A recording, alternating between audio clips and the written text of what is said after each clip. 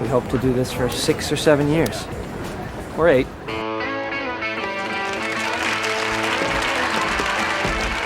Hi, I'm Jack. This is Scene It, and this is the late, great Matthew Perry. Are you similar to Chandler?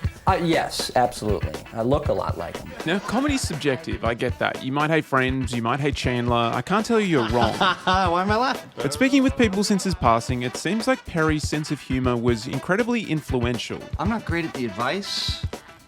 Can I interest you in a sarcastic comment? He might have played this sarcastic, insecure, funny guy with a boring job. Oh, he's a trans monster! But generations of kids have grown up mimicking lines just like this. Okay, you have to stop the Q-tip when there's resistance.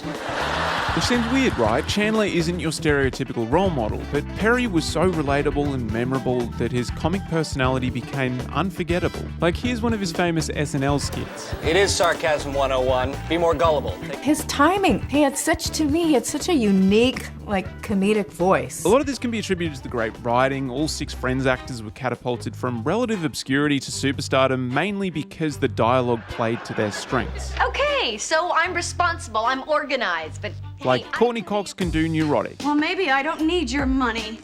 Wait, I said maybe! Aniston can do ditzy. Schwimmer can do awkward. LeBlanc can do dumb. Is this friendship? I think so. And Kudrow, I lost the tweezers, so we can't operate. well, she can do anything.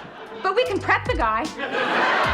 But I still think Matthew Perry was special. Despite being the youngest cast member at only 24 years old, he stood out as the funniest in a funny group of people, which the producers knew from the start. We saw him and he was just off the charts. He was definitely our Chandler. So today, in memory of the man, I wanted to highlight 5 things that I think made him special. Well, the tough thing is she really wants to have sex with me. Crazy bitch. First is comic timing. Perry always knew when to deliver a line. Shut up, the camera adds 10 pounds. So how many cameras are actually on you? Or leave a pause. Look what you brought. Very nice. And what did you bring? Or enter a room. I took the quiz, and it turns out I do put career before men.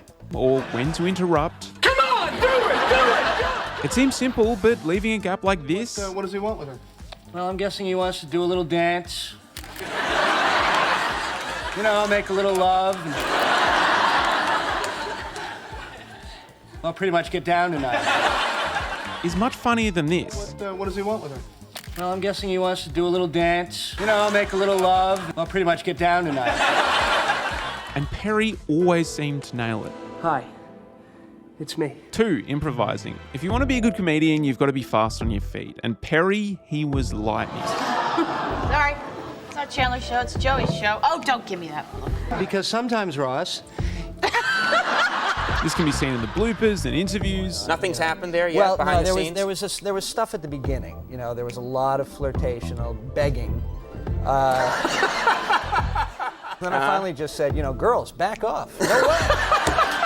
And talking with guest stars. She just told me that it's been the greatest week of her entire life. They did? Stuck with me. Well, yeah, remember? Because He just knew how to improvise. Knowing that his co-stars are actually laughing at a riff is one of the best things in the show. You bastard!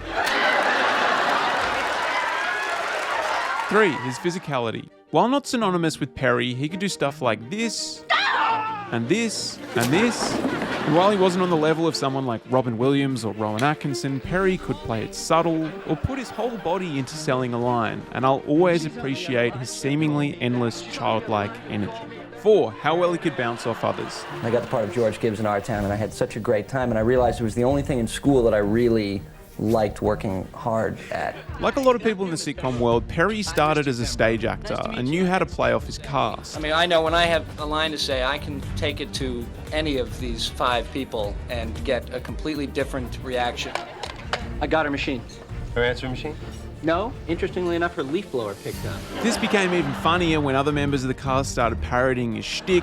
Look at me! I'm Chandler. Could I be wearing any more clothes? Well, the writers made his humour a self-referential plot point. Could that report be any later? But as Megan Garber notes, it's Chandler's tragic comedy and willingness to highlight his flaws And I used humor as a defense mechanism. that make him the most relatable friend. Who doesn't like me? Self-aware, self-deprecating humour is often done tongue-in-cheek, but almost all of Perry's characters seem to use jokes as a shield. My parents got divorced. That's when I started using humor as a defense mechanism. And this blurred the lines between Chandler and Perry as a person. They said, well, you know what, that'll be funny. We'll take advantage of that horrible thing in your own life and put it on national television for millions of people to see. Therefore, unlike the other Friends characters who were larger than life and therefore protected from the sadness it can bring, This is madness. It's madness, I tell you, for the love of God, Monica, don't do it! Chandler was open about his pain, which made his comedy stylings all the more accessible. Man, if you tried something like that on my birthday, you'd be staring at the business end of a hissy fit. 5. Feeding off the audience. One of the main reasons Perry's film career didn't exactly take off is there was no one there to watch. The difficult part about doing it on the big screen is you don't have the immediate gratification. There's no audience there to really laugh. You know, if you're making the director and the producers laugh, they have kind of a vested interest, so you never know whether they're really laughing or not. This gratification, this playful back and forth, is what energized Perry for 10 straight seasons. No matter what was happening in his personal life, when he walked through this door, he was Chandler. He was on. Dear God, this parachute is a knapsack! Because he loved making an audience laugh more than anything. Like, here's his story about getting the part. You know, I was with a friend of mine, so I, basically screamed, I got it. And then said, I'm way too big to hang out with you, and got out.